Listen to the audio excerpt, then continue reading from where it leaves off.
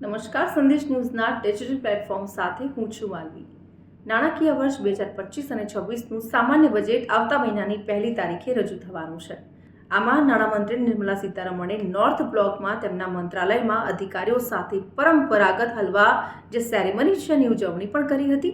આ સેરેમની સાથે હવે બજેટ બનાવવાની પ્રક્રિયા સાથે જોડાયેલા તમામ લોકો બજેટ રજૂ ન થાય ત્યાં સુધી નાણાં મંત્રાલયમાં લોક થઈ જશે। હવે ન તો તે તેમના ઘરે જઈ શકશે કે ન તો એમના કોઈ પણ પરિવારના સભ્ય સાથે વાતચીત કરી શકશે કે તેમને મળી શકશે। હવે આપણે જણાવી દઉં કે આ હલવા સેરેમની આટલી ખાસ કેમ હોય છે। હલવા સેરેમની સાથે નાણાકીય વર્ષ 2025 અને 26 માટે બજેટ ડોક્યુમેન્ટ્સને ફાઇનલ કરવા અને ત્યારબાદ પ્રિન્ટ કરવાનું કામ શરૂ થઈ જાય છે।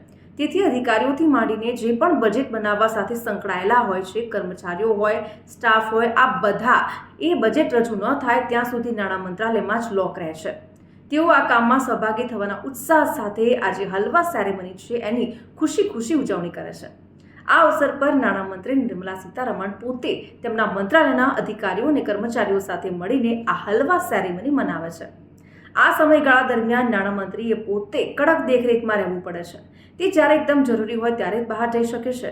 તેમને ફોન કોલ્સ કે અન્ય પ્રકારની કોઈ પણ ચકાસણીમાંથી પસાર થવું પડે છે। સામાન્ય બજેટ 1 ફેબ્રુઆરીએ લોકસભામાં રજૂ કરવામાં આવશે। દર વર્ષે બજેટ પહેલા હલવા સેરેમની ઉજવવામાં આવે છે, જેમાં બજેટની તૈયારી સાથે સંકળાયેલા નાણાં મંત્રાલયના અધિકારીઓ કર્મચારીઓને હલવો તૈયાર કરીને પીરસવામાં આવે છે। આ સેરેમની દિલ્હીના નોર્થ બ્લોકના ભોયરામાં ઉજવવામાં આવે છે।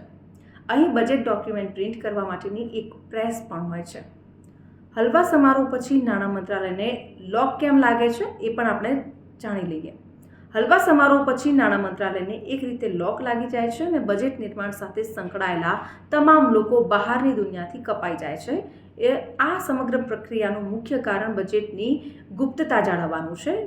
આ પ્રક્રિયાને અનુસરવામાં આવે છે, એક પ્રોટોકોલ છે, જેથી બજેટ સંબંધિત કોઈ પણ વાત લીક ના થઈ જાય। હવે આ એક વચગાળાનું બજેટ પેપરલેસ રીતે રજૂ કરવામાં આવ્યું હતું અને આ વખતે પણ સામાન્ય બજેટ 2025 અને 26 પેપરલેસ એટલે કે ટેબ્લેટ દ્વારા જ રજૂ થવાની અપેક્ષા છે। હવે 1 ફેબ્રુઆરીએ બજેટ છે એ રજૂ થવા જઈ રહ્યું છે। ત્યારે આવા જ અપડેટેડ અને ઇન્ફોર્મેટિવ વિડીયોઝ જોવા માટે સંદેશ ન્યૂઝના ડિજિટલ પ્લેટફોર્મ સાથે જોડાયેલા રહો।